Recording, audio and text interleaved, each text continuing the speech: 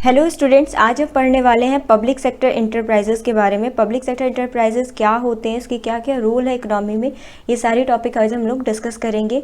So start करते हैं। As we know that public sector includes all those activities and functions including the services which are performed and controlled are regulated or owned by the government। यानी government जितने भी हम लोग को services provide करती है, जितने भी वो एक्टिविटीज़ को परफॉर्म करती है हम लोगों को प्रोडक्शन से रिलेटेड या सर्विसेज से रिलेटेड, वो सब कुछ आएगा हमारा पब्लिक सेक्टर के अंदर में। So the sector are enterprises that are owned or controlled by the government is known as a public sector.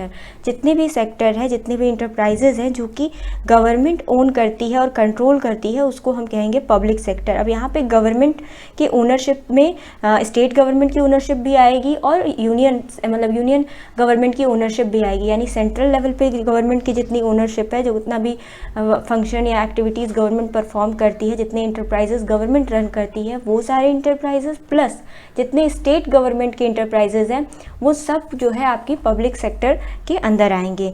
Here a company can be partially or completely managed by the central or state government and participated in the economic activity of a nation। यानी कि ये जो companies की ownership होगी, कोई ज़रूरी नहीं कि कंप्लीट ओनरशिप जो है वो गवर्नमेंट के ही हाथ में हो, वो पार्शियली भी हो सकती है और कम्प्लीटली भी हो सकती है।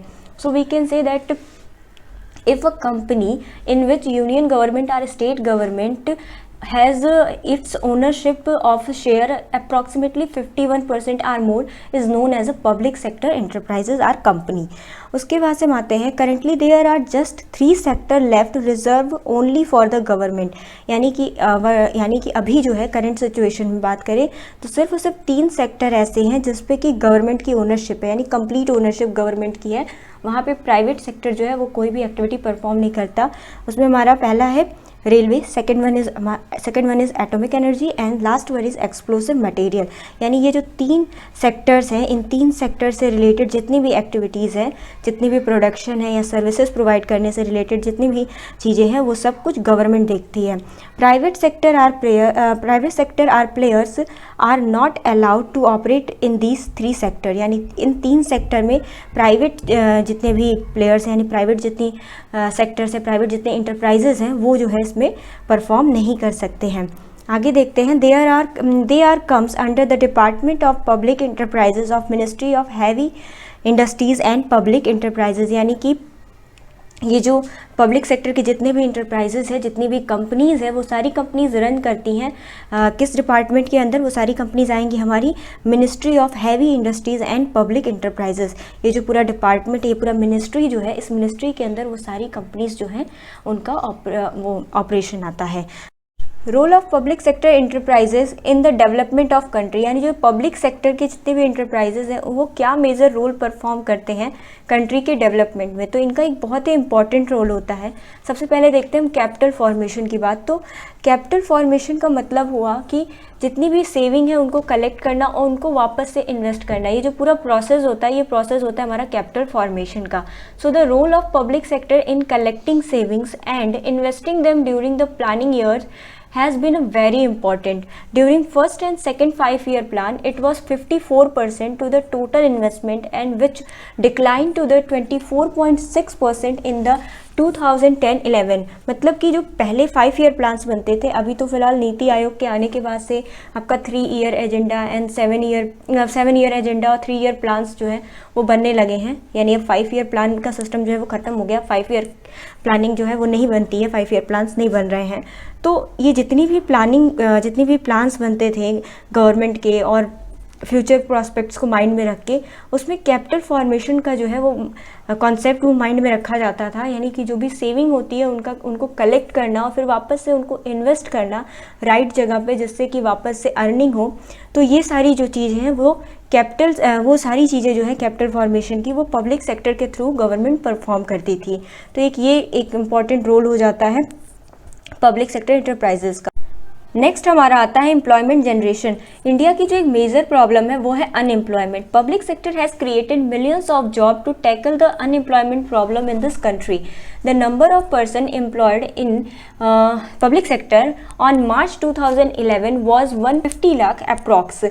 Public sector has also contributed a lot towards the improvement of working and living condition in this country. So employment generation and work life is become better due to this public sector enterprises. So we can say that public sector enterprises perform a major role in tackle the unemployment problem and employment generation for futures also. उसके बाद से हमारा next आता है जो इसमें balance regional development. Balance regional development का मतलब हो गया कि जो भी इंडिया में जो है रीजनल इम्बैलेंस, ये भी एक बहुत बड़ा इशू है रीजनल इम्बैलेंस, यानी कोई जो एरिया है वो बहुत ज़्यादा डेवलप्ड है और कोई एरिया जो है वो बिल्कुल ही अंडर डेवलप्ड, बिल्कुल बैकवर्ड है। तो जो हमारे पब्लिक सेक्टर इंटरप्राइजेज होते हैं वो मोस्टली ऐसी जगह पे लोकेटेड होते हैं जो कि बैकवर्ड एरिया है। Public sector undertaking have located their plants in backward parts of country. These area has lacked of basic industrial and civil facilities like in electricity, water supply, township and manpower.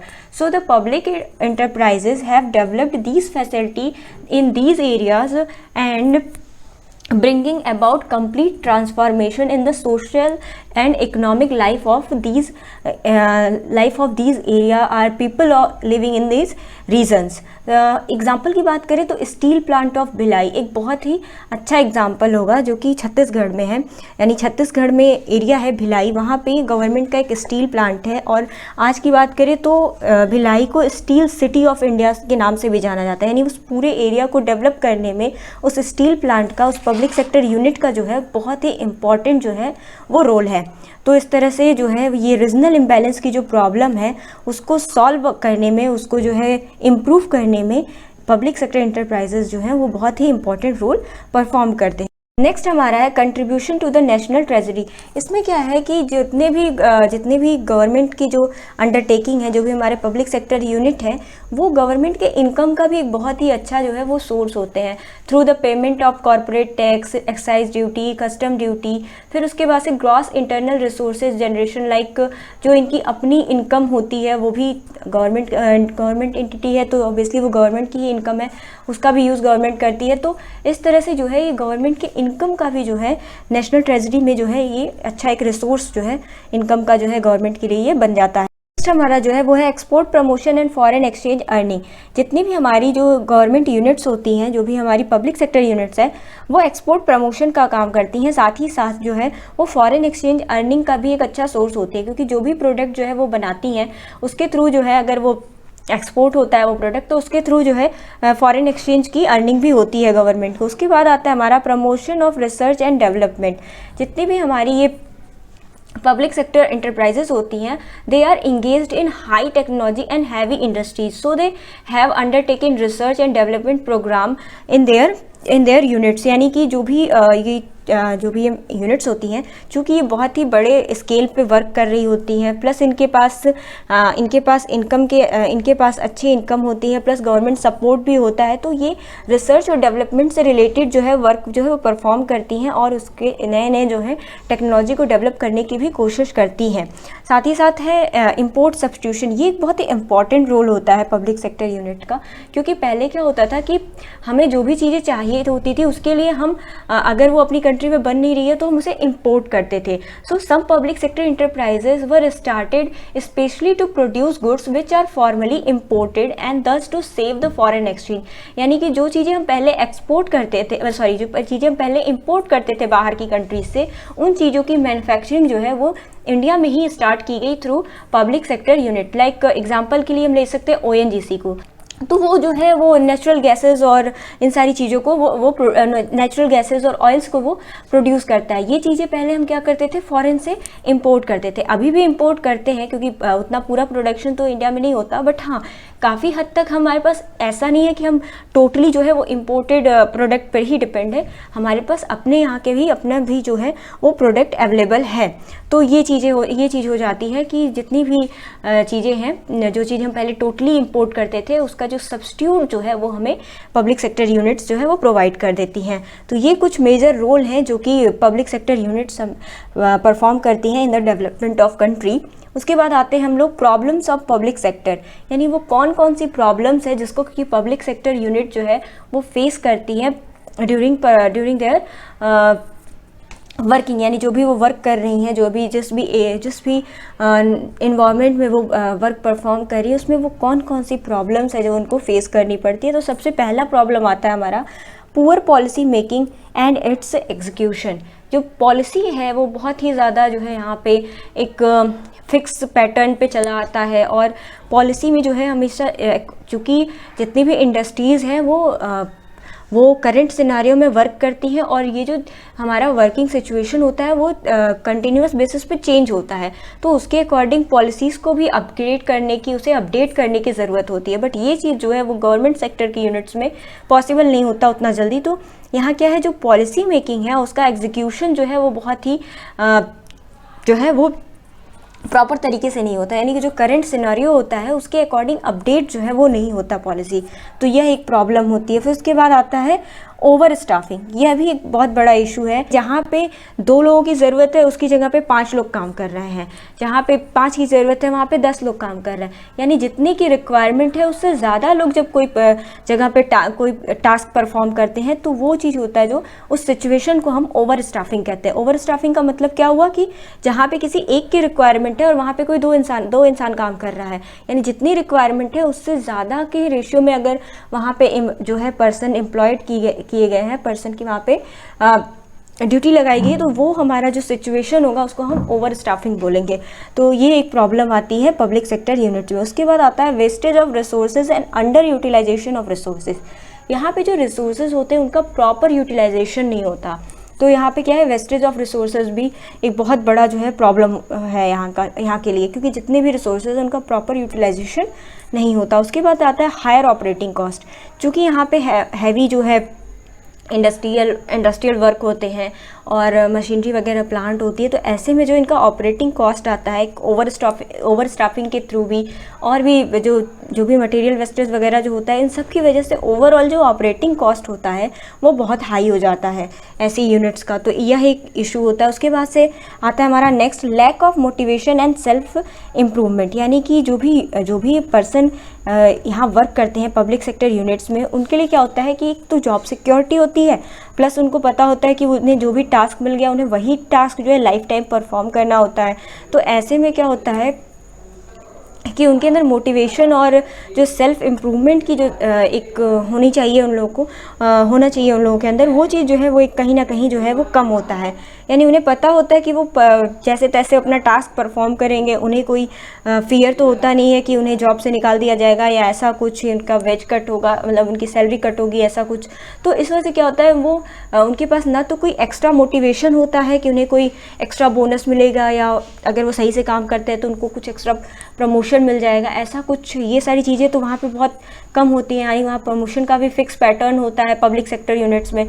तो इस वजह से जो है वहाँ पे lack of motivation and self improvement का जो एक सिचुएशन होता है वो भी देखने को मिलता है। उसके बाद आता है lack of proper price policy. यह भी एक सिचुएशन है जो कि पब्लिक सेक्टर यूनिट जो है वो फेस करती हैं, क्योंकि यहाँ पे जो भी पॉलिसी मेकिंग होती है वो एक तरीके से यहाँ पे सोशल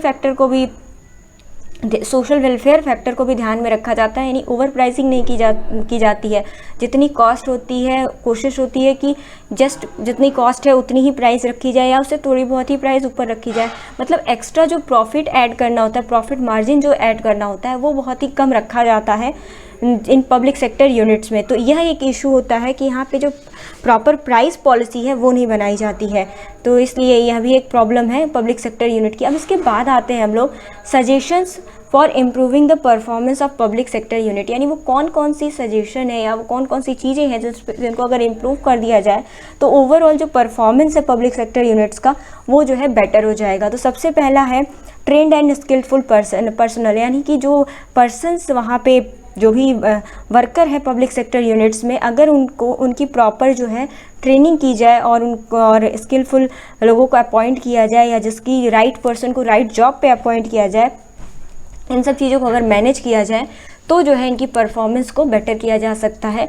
इम्प्रूव किया जा सकता है। उसके बाद आपका नेक्स्ट आता है establishment of public enterprises be based purely on economic and social welfare consideration rather than political pressure, यानी कि जो इनकी ट्रेनिंग हो और इनकी जो भी अपॉइंटमेंट हो या जो भी पॉलिसीज़ बनाई जाए वो सब कुछ सिर्फ और सिर्फ जो है सोशल वेलफेयर और इकोनॉमिक पॉलिसीज़ को माइंड में रख के किया जाए पब्लिक सेक्टर इंटरप्राइजेस से रिलेटेड। यानी पब्लिक सेक्टर इंटरप्राइजेस से रिलेटेड जो भी पॉलिसीज़ बने, जब जहाँ भी इनको इस्टेब्लिश किया जाए, जिस भी एरिया में, जिस भी सेक्टर में, तो ये सारी चीज़ें जो है टोटली जो है इकोनॉमिक और सोशल वेलफेयर कंसिडरेशन को माइंड में रख के किया जाए, ना कि पॉलिटिकल प्रेशर में। क्योंकि कई बार क्या होता है, पब्लिक सेक्टर इंटरप्राइजेस को इस्टेब्लिश करते वक्त उसे किस जगह पे इस्टेब्लिश किया जाए या उनका स्केल क्या होगा, वो किस तरह के प्रोडक्शन एक्टिविटी करेंगे, या कौन कौन उसमें तरह की पॉलिसी बनाई जाएगी, किस तरह से पॉलिसी बनाई जाएगी, ये सारी चीज़ें जो है वो पॉलिटिकल प्रेशर में जो है डिसाइड किया जाता है। तो ये चीज़ नहीं होना चाहिए, क्योंकि ऐसे में क्या होता है कि वो पॉलिसी जो है प्रॉपर बनती नहीं है और फिर वो जो यूनिट होता है वो सस्टेन नहीं करता। उसके बाद आता है हमारा disinvestment of the part of government holding in the disinvestment का मतलब हो गया कि जितनी भी शेयर है उसमें से कुछ पार्ट ऑफ शेयर को जो है आप सेल आउट कर देते हो, तो वो आपका डिसइन्वेस्टमेंट कहलाता है। यानी गवर्नमेंट का जो ओवरऑल जितना शेयर है उसका कुछ पार्ट अगर शेयर जो है वो सेल कर दे गवर्नमेंट, तो वो एक्टिविटी जो है वो डिसइन्वेस्टमेंट बोली जाएगी उसको। फिर उसके बाद disinvestment of the part of government holding, यानी अगर कोई गवर्नमेंट होल्डिंग है जो कि सही तरीके से परफॉर्म नहीं कर रही है, तो उसको मार्केट डिसिप्लिन को बनाए रखने के लिए, उसके परफॉर्मेंस को इम्प्रूव करने के लिए जो है, या उसके वर्कलोड को कम करने के लिए डिसइन्वेस्टमेंट जो है एक पॉलिसी है जिसको कि गवर्नमेंट को अपनाना चाहिए। Six public sector unit should be merge together, यानी कि अगर कोई दो यूनिट्स हैं पब्लिक सेक्टर यूनिट और दोनों की दोनों जो है वो प्रॉपर वर्क नहीं कर रही हैं, दोनों लॉस में जा रही हैं या उन्हें कुछ इकोनॉमिकली वो सही तरीके से वाइबल प्रोजेक्ट नहीं है, तो ऐसे में क्या करना चाहिए, उनको मर्ज कर देना चाहिए। मर्ज कर देने से क्या होगा कि दोनों की जितने भी एसेट्स होंगे वो एक साथ हो जाएंगे, फिर दोनों की लाइबिलिटीज़ को एक साथ कर दिया जाएगा और इस तरीके से उनका जो है एक साथ उनको रिस्ट्रक्चर करके लॉस जो भी हो रहा था उसको बेहतर तरीके से मैनेज किया जा सकता है। तो यह है कि अगर कोई यूनिट जो है वो सही तरीके से परफॉर्म नहीं कर रही है, लॉस में जा रही है, तो बेहतर है कि आप यूनिट्स को मर्ज कर दिया जाए, तो इससे भी जो है परफॉर्मेंस को बेटर किया जा सकता है। तो ये जो है कुछ सजेशंस हैं जिसके थ्रू जो है पब्लिक सेक्टर यूनिट की परफॉर्मेंस को बेटर किया जा सकता है।